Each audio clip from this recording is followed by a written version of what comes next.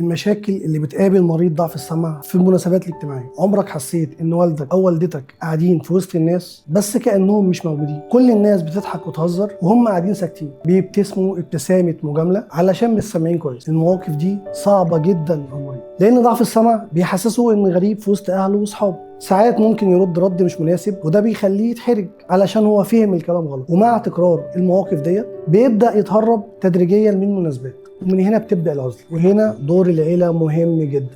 ما تسيبوش المريض لوحده، اقعدوا جنبه وحاولوا تشاركوه دايما في الحوار. لو في كلمة او جملة هو ما سمعهاش بوضوح ما تحرجوش، بالعكس قرروها بهدوء واشرحوا الموقف. ادوه وقت كفايه يرد، ما تقاطعهوش وما تستعجلهوش علشان يحس ان هو رايه مسموع وليه قيمه. شجعوه اللي هو يحضر المناسبات حتى لو متضايق. وجوده وسط الناس مهم نفسيا جدا، والاهم ان انتوا لازم تفهموه ان الحل مش في التجاهل. الحل الحقيقي ان احنا نرجع له سمعه تاني في اسرع وقت. في الصفوة للسماعات الطبية بخبرة أكتر من 25 سنة، احنا مش بس بنبيع سماعة، احنا بنرجع الثقة والضحكة في وسط العيلة.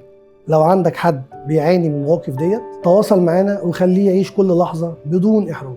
استنونا في الحلقة الجاية، هنتكلم عن إزاي ضعف السمع بيأثر على علاقة الأحفاد بأسرتهم.